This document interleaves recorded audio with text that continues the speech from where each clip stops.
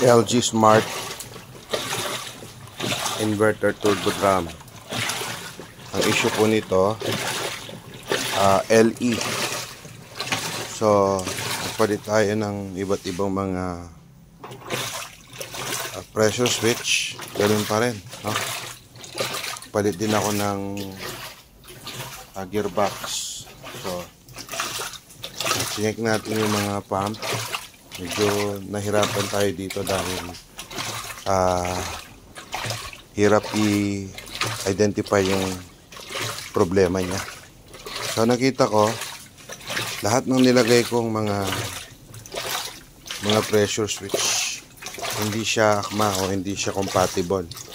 So sinubukan ko tong pressure switch na to pang pang front load. So yan, umandar na siya. Pero ang problema nitong pressure switch na to, lagi siyang naglo-lose contact para dun sa spin. So yan, nagwash na siya. Mamaya ipapakita ko kung paano yung problema ng LG